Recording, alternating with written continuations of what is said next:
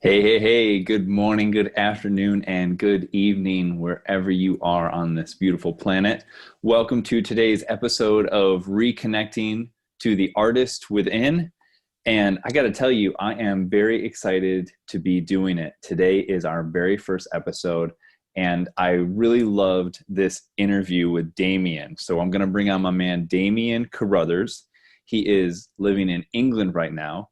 And Damian went from a career in sales to now a songwriter. He has a publishing deal and he is making music full time. And this was such a great interview that I wanted to be the one where we kick off the podcast. So without further ado, let me bring in Damian. And I just want to say thank you so much, everyone, for checking out this episode. All right. So, what's up, everybody? This week we have Damian Carruthers to interview. He's coming at us from Norfolk County, England. I'm not going to try to pronounce the name. Yeah. And yeah, apparently he's got a beautiful view out of his window. Why don't you tell us a little bit about that, Damian? I am looking out the window right now and I can see the beach and I can see the sea and you can see the boats out there and seagulls, and it's quite windy at the moment, but it's quite nice out there today. It's such an inspirational place to live, and I take so many songs from living here. Yeah, that sounds absolutely epic, man. Awesome. It's cool. I wouldn't move now. I couldn't live anywhere but here. Cool, cool.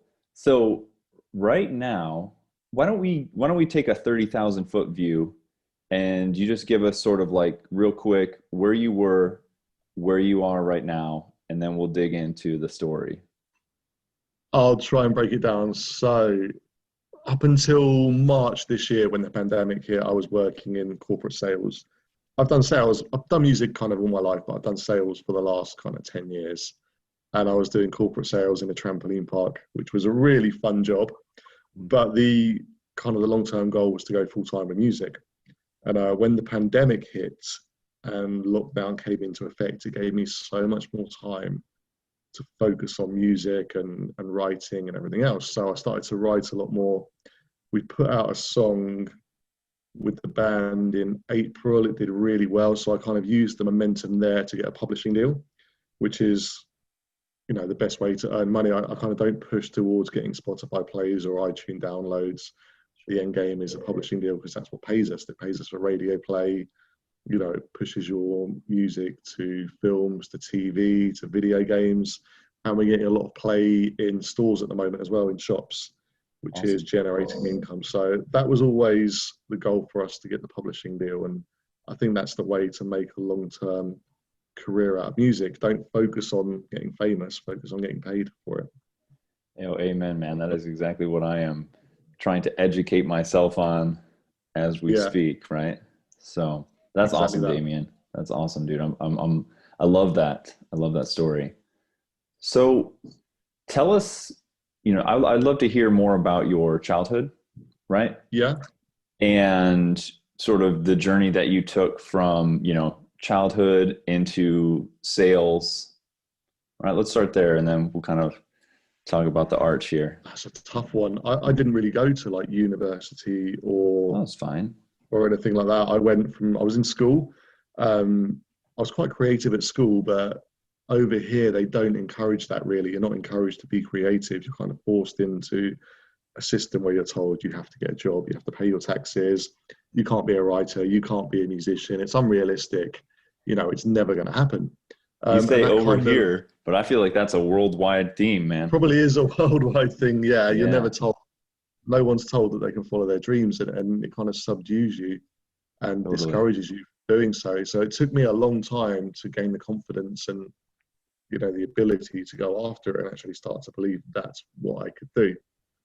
I did a performing arts course from school. So at the age of 16, went and did performing arts, which was acting, music, music production, things along those lines.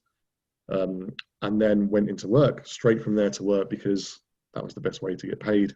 I had no real qualifications and I'm quite good at sales. So that was the natural thing to kind of get into. And I stayed with that. And I worked for BMW, I've worked for Ford, corporate sales for trampoline parks, British Telecom. I've done quite a lot of sales roles, which at the time I didn't really enjoy, looking back on it now, I learned so much from them that I've been able to translate into this music career. So I've learned how to pitch my music, how to sell my music, how to Yes. market my music, how to talk to people. It's made me a lot better at interviews on the radio and things like this, doing sales. So I don't regret it now. Looking back, the path I've taken was the path I was supposed to take, and it's led me to where I am now.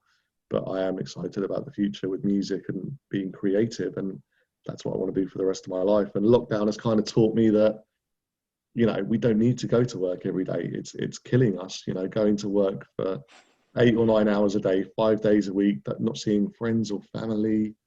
It's not something we should be doing as human beings. We should be out there Preach. pursuing dreams. Exactly. Amen, Damian. Man, you're preaching to the choir here. I feel you on that. Absolutely. Life Definitely. is too short, Yeah. We can be gone. We can be here 1 minute and kind of gone the next. So you have to live every day with kind of that attitude that tomorrow you might not be here. And a lot of people do think I'm a little bit crazy sometimes with how I do my music. I write a song, I want to take it straight into the studio, or I'll spend a ton of money I don't really have recording a song. But that's how I work. If I get something in me, I've got to create that, because tomorrow or next week's never a given. I may not be here, and I want to leave all those behind to for people to listen to. Got it. So you did the performing arts, and then you said you went into sales. But I'd love to hear, was there anything, you mentioned how, the world doesn't really encourage you to follow your dreams, right? Yeah. But do you remember anything specific from that time in your life, like a conversation with a parent or a teacher that actually moved you away from performing arts and towards sales? Definitely when I was at school, at the ages of 40, I was quite intelligent at school. I did quite well at everything, but I found myself, being in class one at the top, dropping and dropping and dropping, because I wasn't challenged and I wasn't interested in what I was doing. I love creative writing. I absolutely loved it, but I was told that, can't do that. You can't go into that. You can't write. You have to focus on something realistic. I can't remember the English teacher's name, but she very much discouraged me from doing it and told me to, keep my feet on the ground and my head out of the clouds at school. And that was the first time I felt really discouraged. Up until then, I knew what I wanted to be. I knew I wanted to be, wow, a musician, and make music and create things with my life. And there was like a huge gap between me told I couldn't do it to taking that up and pursuing it. And I kind of wonder now what would happen if I had gone to a school where that would have been actively encouraged, and the teachers would have, mentored me and noticed that I had some kind of talent and helped me out with it. I could have been in a much better position than I am now. And I think we waste so much time in school doing subjects we don't need to do. Geography, I don't like geography. I don't need it. Religious education, don't really need that. I didn't really like woodwork or things like that. So you're being forced to do all these classes you have no interest in. And I really do think the education system needs a huge rethink, all over the world, because it's not right at the moment for people. Think about the math that we are all taught, and then the math that we actually use in our everyday life, like addition, subtraction, multiplication, division. Like, I'm not doing any quadratic formulas in my day to day. I mean, what has it taught us? We now have calculators that we carry around in our pockets on our phones. So yeah, I know we didn't back then, but everything we studied in maths, it's absolutely pointless. It hasn't helped us achieve anything. If you want to be a scientist or anything along those lines, it makes sense to do that back in school. But people have an idea of what they want to do from a very young age, don't they? And we're kind of swayed away from that by people who tell us that we're not good enough to do it. Yeah, and I run into so many people later on in life that say, well, no, they don't have a dream, or they don't remember. But I think you hit on something really important. Like, from a young age, kids dream big. I think that is very innate in them, to have a big dream. I agree with that. Yeah, to understand where they want to go with their life. And then, society just beats it out of you, or beats it down so hard that you you forget about it. It's really a It's shame. exactly what it does, doesn't it? Exactly what society does for us. There's just not enough opportunities for kids out there, and there's some, the kids now are our next generation. They're the next musicians, the next astronauts and pilots and scientists and writers. And how many of those, are we preventing from fulfilling their ambition or their purpose? We could be losing out on the next Nikola Tesla or Yeah. Leonardo da Vinci because we are taking them away from their dreams and telling them that it's not feasible for them to do it. And that's kind of a sad thing. What are we losing out on by doing this to kids? It's interesting that you say that, because I was talking to my wife the other day about this idea that I actually feel like all of these viral social media phenomenons, like say TikTok, right? Yeah. Are actually distracting children from more creative pursuits. And so it's keeping them in this digital world where their desires become just going viral on TikTok or getting a few likes, and that we're actually distracting them from, like, becoming the next Leonardo da Vinci, Yeah. Beethoven, or, you know what I mean? That they're not even putting their energy towards that anymore. They're putting it all towards, being a viral sensation. I was just contemplating on how I felt that was a bit of a shame, because I see a lot of kids in parks, and they've all got their phones pointed at each other and they're doing a little dance together. And that's kind of just what their life's become. And hey, I know I sound like an old grandpa, right? Because I'm sure my grandfather was saying, like, look at these kids with their TVs and their GI Joes, so. Yeah. It's exactly like that. And TikTok is dangerous. Like, as you know, we just put out a song called TikTok. You did. And we're shooting the video for it this week. So we're making a video. It's all going to be shot in portrait. We're going to make fun of some people that are leading the world right now. We have some costumes. Okay. But I entered the world of TikTok to do research on what kind of videos we were going to do in our music video. And like half an hour that I'd intended to do it quickly turned into like 3 or 4 hours. And just scrolling, you can get completely lost in the world of TikTok. So I can see how kids do it. It's You're so braver easily than done. I am to enter into that world. I'm an adult. It does drag you in, and I think, like you say, they want to become viral sensations, which society these days is quite deep. It teaches people, I think, that hard work doesn't get you where you want to be. It's all about money now. If you download a game on your phone, you can no longer complete that by working hard at it. You've got to throw money on it. It's the same with Xbox. If you want to win, you need to put money into that. Football teams over here, if you want to win the Premiership of football, you've got to spend a ton of money. It's no longer about hard work. And, there's a lot of reality TV. That's not about hard work, is it? Nobody works to get there. They don't go to drama school for 4 or 5 years, learn how to be an actor and audition. It's kind of like reality TV. They get there straight away. And it's a sad thing, isn't it? Society doesn't show us anymore that hard work, gets you success. Gets you where you want to be. Yeah. Yeah. So you've put in some hard work. So you took the job in sales. How long did you do sales for? Probably around 10 years doing sales, doing various roles. Never enjoyed it. It's quite a soul-destroying job. You need to be quite resilient to do it. But as I said, that's kind of carried over through to music. Again, music it's a lot more rewarding than sales, because you get, the songs at the end of it. You get to connect with people. But the work you have to put in is so much more for kind of less success. If I made a sale working for BMW, I've instantly made commission on that. If I make a song, I can put, £1,000 into making a song, put it out there, get it on kind of all the social media platforms, all the streaming platforms. And you don't want to see a reward for that for I don't know how long sometimes. So it's a lot of hard work, and you have to keep going. I think too many people give up too soon with music. You have to keep going and keep putting more songs out there and try and make a success of it. You can't just give up on it. And maybe if more people did a bit of sales when they were younger, they might be better musicians. It's funny promoting themselves. Yeah, that's what I've been reading more about, is sales and how to talk about your music, how to write copy that gets someone interested in the story of the song. But I wanted to draw out a distinction, because it's obvious, like, to me, that in order to pour like 1,000 pounds into a song, there's obviously inner reward, right? Like Yeah, you feel the joy and the satisfaction of taking this idea and bringing it into the world as a song. And so even though the societal rewards of money are nice, right? We need to live and put food on the table and have a roof over yeah, our head. At the end of the day, it's not the driving force that gets you to make music, because if you were doing it just for the money, you'd still be in sales. exactly that. I would be in sales probably for the rest of my life. I wouldn't be happy, but I'd be rich still in sales. Yeah. Rather be a poor musician than a rich salesperson, though. All right. Well, yeah. Hopefully it's going in that direction where you're going to be a, wealthy musician.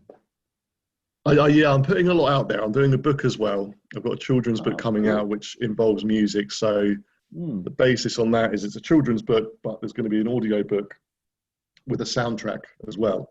So I'm kind of bringing music and children's literacy together there and trying to introduce more children to music and kind of art and stuff like that, which is really cool. So that's out in December this year, just before Christmas. I'm going to swear, but I fucking love that, dude. That's amazing.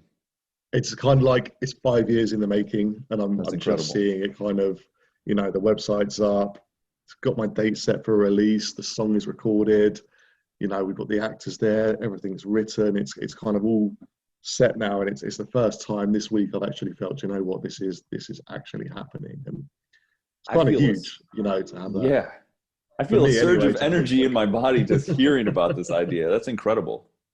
I love it. I want to kind of do more of it. So I've got all these ideas for books. I'm quite creative with my mind. And very, a lot of people have an idea and never follow through on it. I'm kind of like, if I have an idea, I don't know how I'm going to get, I know I need to get to point B from point A.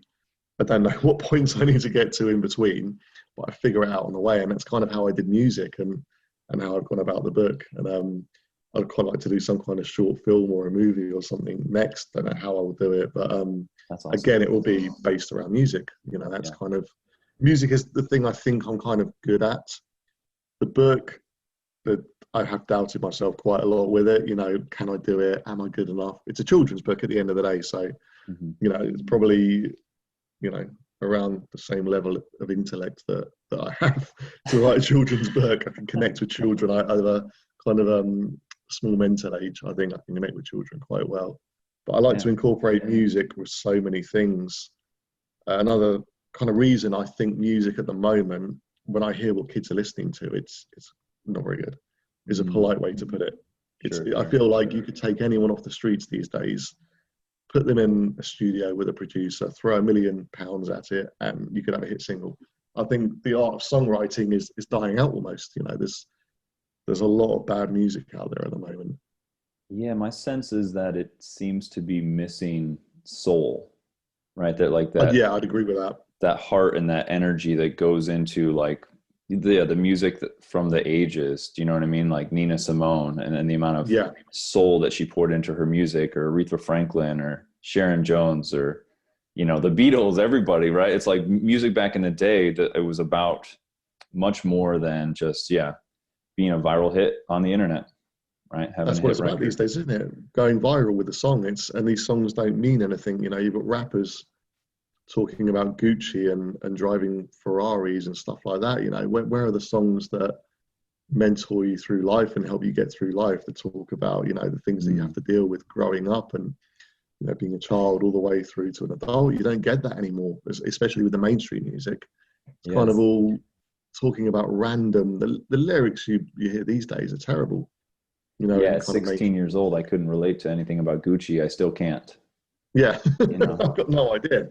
The best explanation I heard about it, though, was Erykah Badu, and she said it's a vibe. Like, they asked her what she thought about new music these days, and she was like, it's just a vibe, and the kids are on this wavelength, and maybe we just don't understand it. I don't know if she said that last part. I certainly don't understand it, right? She probably does. I don't understand it at all. It just makes no sense to me at all, the music that's kind of out there at the moment. I do think kids have a shorter attention span these days. So kind of, you'll find songs are shorter as well. If you look at some of the songs on YouTube, some of these are, 2 minutes, 3 minutes max long. Don't really follow that structure that we typically have for the last few decades. You know, it's a bit different now. Do you It's know quite why that strange. is? Go on. So I read an I have article no about idea. this. Yeah, I read an article about this. Now artists are getting paid for streams, like plays, right?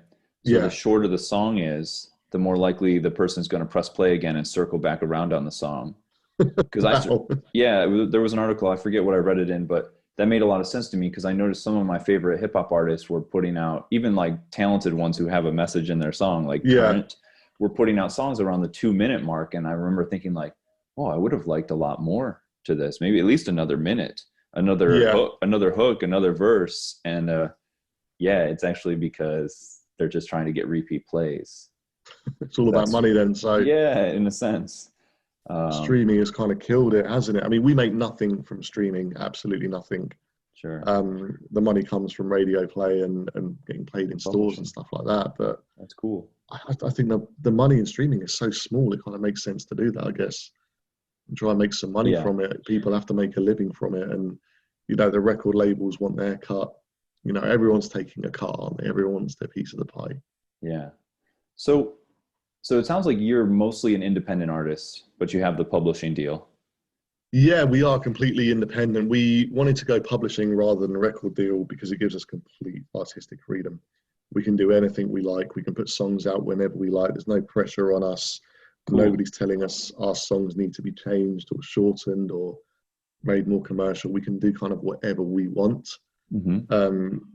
which suits us because that's the way we like to work. You know, a song comes out as a song. I kind of like to connect with people through the lyrics and, you know, write about things that are relevant. So Home was about, you know, losing my dad to cancer. And don't know what else you've heard on there, but there's a lot about relationships. Yeah.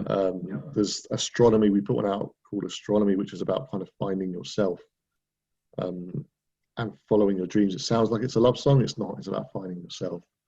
So And is then that the song that you were writing around the time that you transitioned out of sales into it exactly music? was that. Yeah, it was kind of I felt my soul kind of talking to me and saying, you know what, you need to believe in yourself a lot more and love yourself a lot more and kind of go after what you want to do, because Beautiful. sales was never, I was good at sales. It was never working for me. I'd never be happy in a job.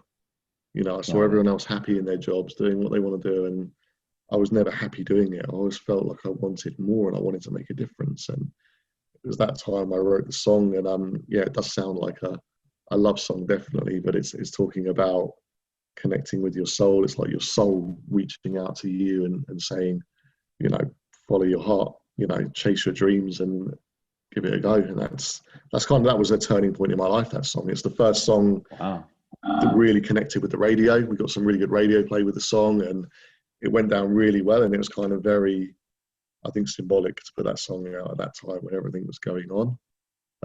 Not saying it's been easy since then. It's been a huge struggle. And, you know, so many challenges. COVID has given so many challenges for us musically, because for the first 3 months or 4 months, we couldn't even get into a studio. So I'd written all these songs. I'd gone out and got a publishing deal, but I couldn't take anything into a studio. So as soon as I was able to, I went back in and I started making more music, which is really cool. And I'm in 4 different studios next month, putting out more songs as well. So it's kind of full steam ahead now, and, you know, put the pandemic behind us and try and get some more music out there and take advantage of it. So you're in sales. I want to go a little bit into that right there, that part where you wrote the song and you transitioned out of sales. So you're in sales, you're unhappy.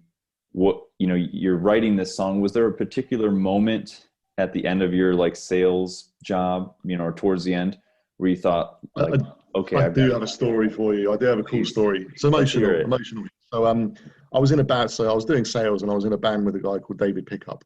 Okay. And we did okay. We toured and everything else. And then we had this fallout and we stopped touring together. And I was still working sales at the time. And I guess my music before hadn't been that great. And after probably a year or two of not really, we were like best friends. We lived together for ages, and the kind of music, we were made friends, but we didn't make music together and didn't hang out as much.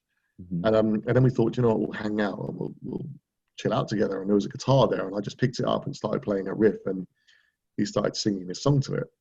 And it was called She's the One, which you'll find on our Spotify. And, you know, we never recorded it. We didn't get down to record it. And a couple of months later, I wrote another song called Counting Stars. And I thought, you know what, I want to take this one into the studio. This is really cool. So I think it was October or November time. I went into the studio. Didn't have anyone to sing for it then. Yeah, I didn't have anyone to sing. I was going to use someone else, and we recorded it. And then the guys that I was in the studio with knew Dave as well, and they said, "Well, let's get Dave in and do this track." So recorded the music. A few weeks later, we brought Dave in, and then the mixing and mastering process took ages, and it went past Christmas, and we hadn't got anything back. And Dave kept bugging me, and he was like, "Where's the song? You know, where is the song? I want to hear it." And on the 16th of January, I think this is 2016, Dave got killed in a hit and run. So there was two drivers racing, and one of them hit him late at night when he was on his bicycle traveling somewhere, and he got killed. And the day after that is when I got the song back, and I heard his voice on it.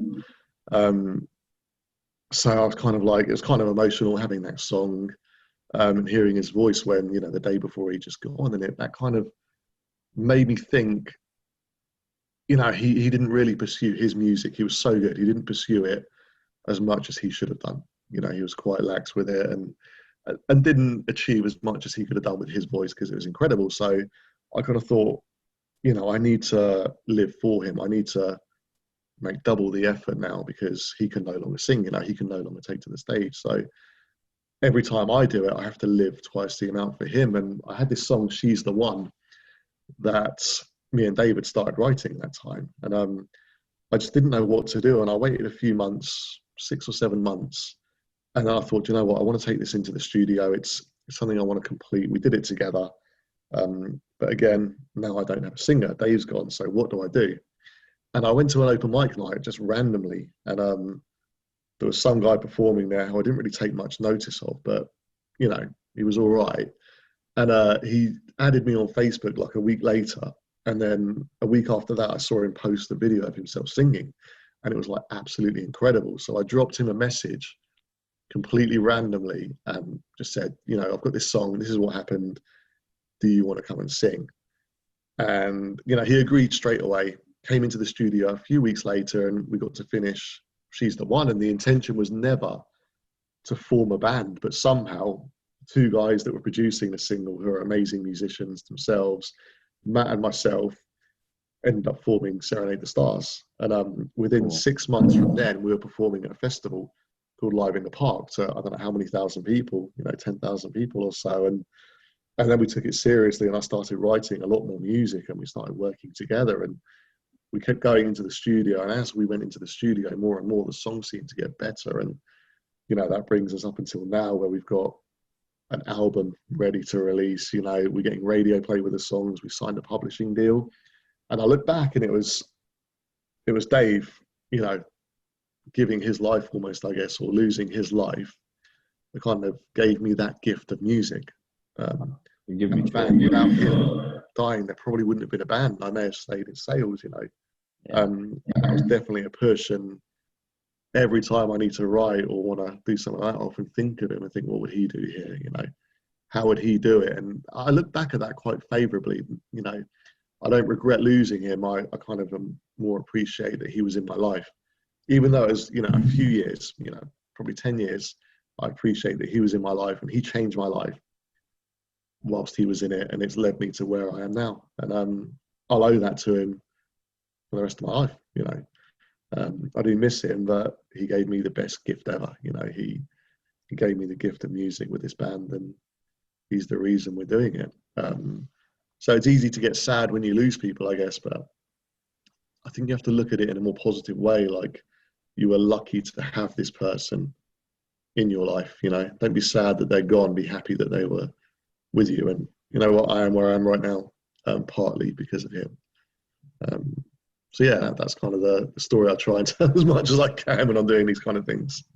That's a beautiful story, and I love how deep it's getting. He obviously gave you such a beautiful gift, you know, and I love how you kind of brought it back around to this idea that, you know, the people that we lose, we can look at it in a positive way and sort of see the way that they helped shape and form the people that we've become and are becoming. So that was I awesome. think so, and we have to take that, on board with our lives as well. What effect are we having on people? Are we having a positive effect on people? Or are we having a negative one? We're all going to die at some point. All of us are. And when I die, I certainly want people to remember me in a positive way, not in a negative way. And I want to leave as much behind as I can. I want to leave music and books and films and as much as I can for people to not remember me by, but to kind of, I think I have a message. I have something to say. Yeah. And sometimes I do that metaphorically with my songs, but I kind of want people to hear that, and hopefully they will do. I think people will probably listen to it more when I die when I'm alive. I think that's the Sounds way like we you're should off all to live a our good lives. start though. While you're alive, you got the, so you got the publishing deal. Tell us about that. Like, you're working your job. Are the wheels in motion for the deal? And then that's when COVID hit and you decide to jump. Like, tell us a little about Yeah, it's kind of another story. So I was living in a place called High Wycombe that. as soon as COVID hit, which was March. So where I was working, it was instant. We have to go on lockdown. We can't open up. And the band was doing okay then. We were doing quite well, but we didn't have the publishing deal yet. And then my mum, who lived here in Hunstanton, which is Norfolk, she caught the virus. So she ended up in hospital with the virus. And at that time, we had a song called Heart Shaped Parachute. And if you check our Facebook page, the video's on there. But I kind of decided I wanted to do something to say thank you to all the NHS that were looking after my mum, the key workers, everyone that was kind of risking themselves. At the time, I thought, you know what, the only way we can do that is to put a song out. We're not out there, saving lives or doing anything, really that amazing at the moment, stuck at home. So we put the song out there, and the song did really well, and got a lot of views, and it generated loads and loads of interest from, publishers and independent labels. And we got approached by a lot of kind of dodgy companies out there. And I thought, you know what, I've kind of got all these offers, but I don't want to take any of these. I want to kind of go my own way about it. So I just went on Google and searched publishing companies, picked out 10 that I thought I would like to sign with, and emailed every single one of them in the same way I would, make a sales email or a sales call, and sold myself as a writer and us as a band. And one of them got back to us, called Streets Music Publishing, and signed us. And so it was kind of a really quick decision. I already knew the company because I'd approached them. So when they got back to us and offered us a deal, it was just easy for us to take. We knew what we were getting ourselves into.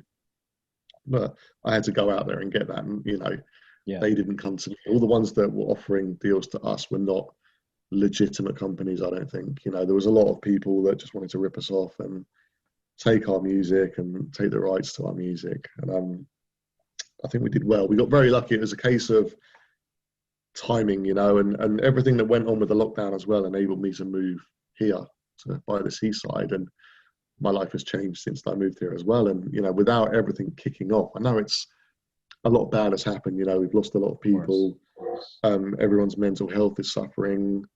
People are losing their jobs. I can't do anything to change those things. All I can do is better my own situation during the pandemic. And I kind of went into it with that on my mind, thinking, I need to make my situation better here. I need to change my life. And this is an opportunity to do it. And just everything clicked at the right time. Everything came together, and moved here. And it was always my dream as well to meet a girl. I grew up in a little village called Snettisham, which is the tiniest seaside village. Hardly any people live there. There's one shop. It's near the beach. It's kind of small country houses. Everyone talks to each other.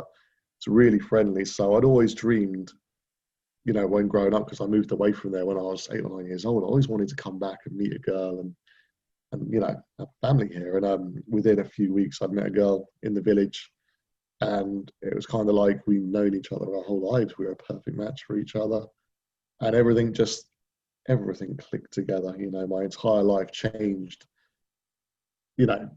After pandemic, my entire life changed for the better, and I'm in this position now where I think for the first time in my life, definitely, I'm kind of realizing what true happiness is. And it's not having, thousands of pounds in your bank. It's not having, posh meals or driving nice cars. Um, Happiness is kind of finding yourself.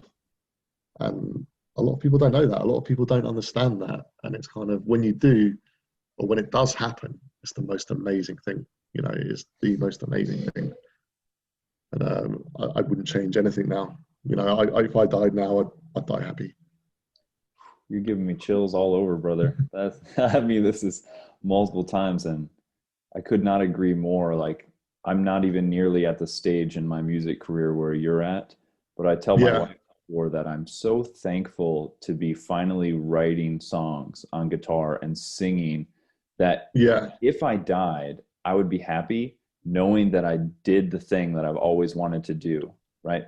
Because at its essence, it's about writing the song and playing the music and just enjoying the art of creating something, in this case song, right? And then it's totally worth it to throw 1,000 pounds at it in the yeah. studio, and maybe you get a publishing deal or no plays on Spotify, but it's still worth it, because it, like you said, you're kind of coming back home to yourself and finding happiness It's about there. the art, isn't it? I think we measure success too often by money. How much money does a song make? Do we have a deal? Do we have this? But if you can sit there and write a song and record it, and you are happy with what you've done, and you can listen back to it, then you have achieved what you set out to do. You set out to write a song and record a song, you've achieved that. If you're happy with it, what more success can you really ask for? If it does well, it does well. But at the end of the day, the only thing you're going to leave behind when you go is your music. You can't take money with you, but you can leave behind your music. So Mm-hmm. if you've written songs and recorded songs and are following your dreams, then I'd say you're successful right now, in a huge way, because not many people are doing it. Yeah, yeah. So would you be open to sharing a little bit of the nuts and bolts of the publishing deal, what that looks like and what that's afforded you to be able to do in Yeah, your life? it's kind of like it works on percentages. So they, in effect, will take our music and they will push that to television. They will push it to video games, push it to films, advertising, things along those lines. They also collect royalties from radio. So every time we get played on um, the radio station will owe us money. Mm-hmm. Most independent bands don't know how to collect that money. If you're not doing it, the publishing company will take a percentage of that money. Yeah. Every time you perform live, you are owed money, not necessarily from the promoter paying you, but you are owed money from performing. So the publishers will collect that money as well. So they're on a percentage of everything you're doing. They're taking a small percentage of your Spotify, 20%, let's say, of any songs you get on films. Our music is quite radio friendly and easy to listen to. I So we get noticed played that. in I shops liked quite it. a lot, in stores. Thank you very much. So you get paid for being played in shops and gyms and things like that, and they will then take a percentage of that. But in turn, they will push our music towards that. Yeah. So they're getting our music out there, and that's the way forward with music. As far as I'm not going to be, never going to be a pop star. I'm never going to be an 18-year-old like looking like hot-bodied pop star that's playing to millions of people. But I kind of learned that I have to work with what I have. I have to get my music onto those kind of platforms and kind of get the music heard, and love to get it into film. That's what I want to do. And signing the publishing deal is one way to do that. That was one avenue. The other way was to write the book and do the soundtrack to the book, which in turn, Which is coming. it puts my music on, onto another platform, which is really cool. So it's about, you've got to spread your bets. You've got to put your music in as many places as possible, put it in front of as many people as possible. When I email radio stations, I have a radio plugging business as well that I predominantly use for my own band. But you have to send thousands and thousands of emails just to get a few replies. If you don't do that, you're not going to be heard. It takes a lot of work to do it, and a lot of people don't know how to do it. They just expect to, record a song, put it online, and the song will take off. And it doesn't work that way. You could write any song. You could write the best song in the world, but unless you're putting it in front of the right people, you're not going to get anywhere. It's so true. I have so many talented friends who I see simply drop music Yeah, and then I don't see the follow through as far as, promotion, writing about it. It's simply always, I just hear, hey, we've got a new song or we've got a new album, go check it out. But there doesn't yeah. seem to be much push from a marketing and sales perspective to really share like why you would want to listen to their music. It's exactly that. You need to be clever. I mean, with our TikTok song, it's a very simple song. It's 2 minutes, Mhm. catchy, really simple. We're doing a funny video. The idea of that song wasn't to change anyone or change the world. The idea of that song is like an advert for us as a band. So that will be on TikTok with Sure. our name on it. And then we want to encourage people to listen to that, but also then head over to our Spotify and our Facebook and, perhaps buy some songs on iTunes. It's designed as an advert, Yeah. which is kind of a clever way to market. The rest of our songs you'll see are quite deep, quite Yeah, I meaningful. noticed. 3 or 4 minutes long, sometimes a little bit longer. This one is 2 minutes, short, sharp, catchy, and it's designed to, bring people into our brand and get people to listen to us a little bit more, perhaps get some radio play and win more fans that way. But to us, it's a very simple song, and took us about 3 or 4 minutes to write, and really easy. It's the most basic thing we've done. It's got probably like 2 layers of guitar, I think, if that, 2 layers of guitar. And normally I have like 10 or 15 layers of guitar on a song. So Yeah. for us, it was such a simple thing to do. And I felt like I wanted to do more, but I kind of left it. I wanted to leave it as it was and make it really simple. That's awesome. So it sounds like too that you're able to put music out at your own pace and therefore almost have control over how often you get paid, because if you keep putting out music, there's more for the publisher to push to radio and, TV and stores. And so that you can Yeah. kind of almost predict your income by your creative output. Yeah, it's exactly that. We put it out when we want. I mean, our music it can be used.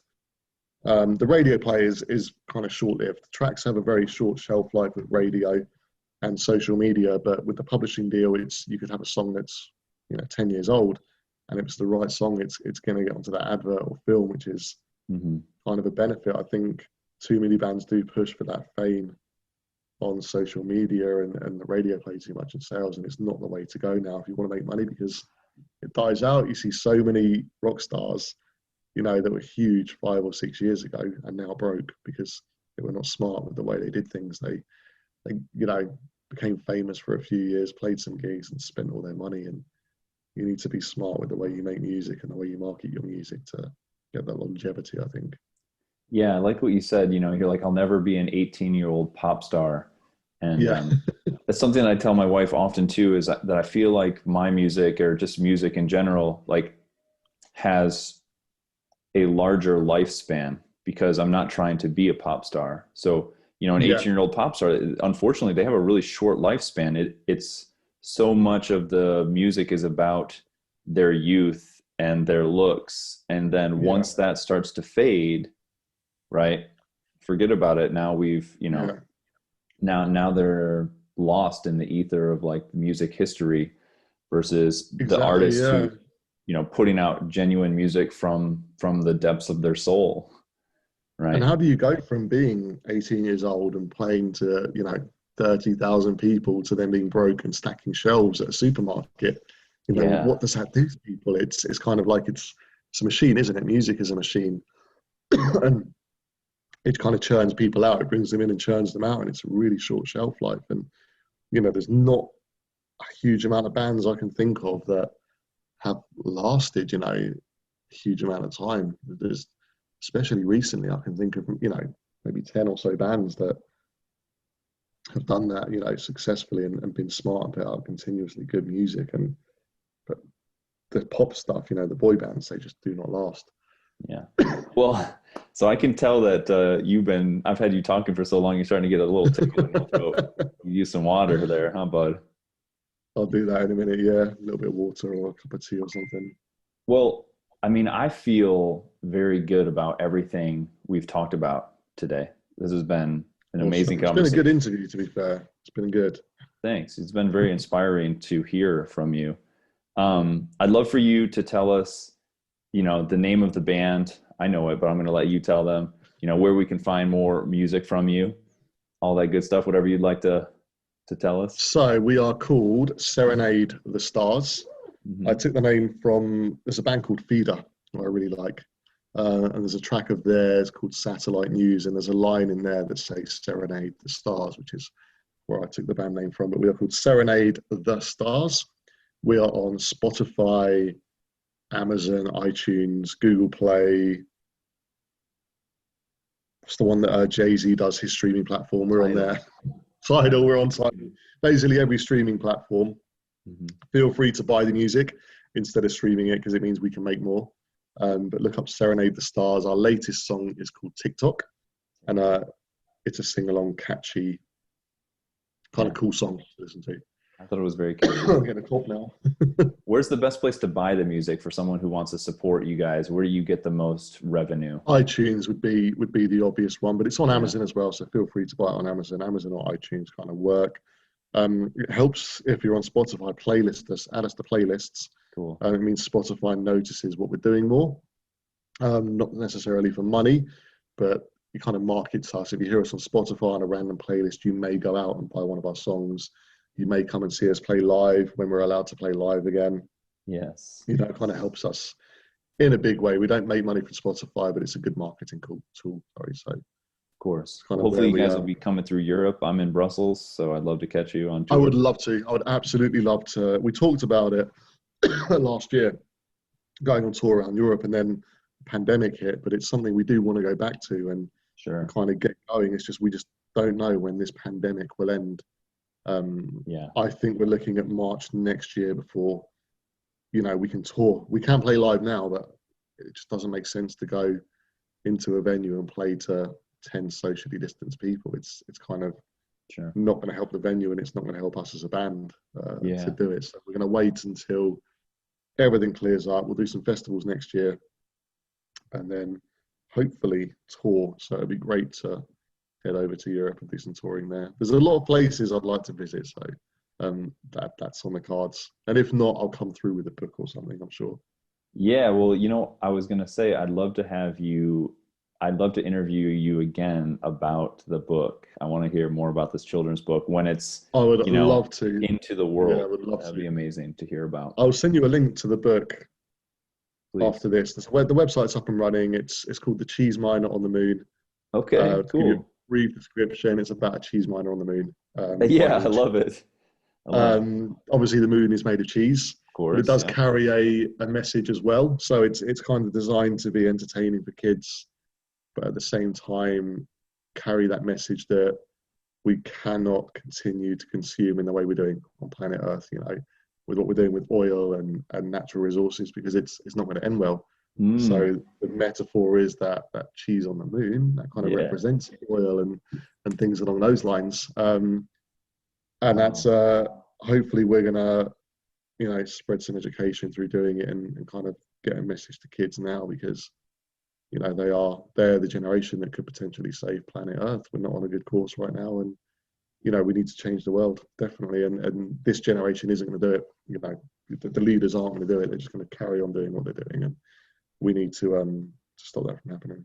And music and art is a beautiful vehicle for that. It speaks to you, doesn't it? If you look at the person you've become today and think back to the films you watched when you were a kid and the TV shows you watched as a kid, it's probably more so those that made you the person that you are, that put those morals within you and everything else than what you were taught at schools. We learn 100%. So much from this that we don't know that we're learning. It's very subtle. And I think it's done very deliberately from the artists. I think so too. There's sometimes I go back and listen to an old album and I really dig into the lyrics and I'm like, oh my God, no wonder I am who I am. Yeah. Because of these lyrics. Yeah. It's incredible. That's so true. Yeah. Incredible. Well, I am excited because I know that someday children are going to look back at this age in their life and think, man, I was listening to Serenade the Stars growing up, and that just molded me into the person that I am today, who Let's hope so. An artist, a creator, a musician. That would be good. If I'd never made any money from it, I'd be happy if I at least changed, the opinion of a few people growing up, and hopefully I can do that through the writing and the music. You are, man. You definitely are already. It's beautiful. Thank you so much. Awesome. Well, Damien, this was incredible conversation. I absolutely love Excellent. I've enjoyed it. It's been great. Yeah, thank you so much for your willingness to come on today and talk to me. It's amazing. No problem. Thank you for having me. It's been fun. Awesome, brother.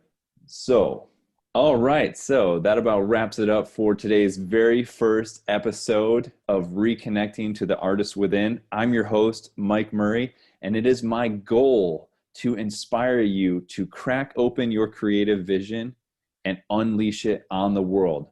I really hope that you enjoyed today's interview with Damian. I know I did. That was just chock filled with powerful moments.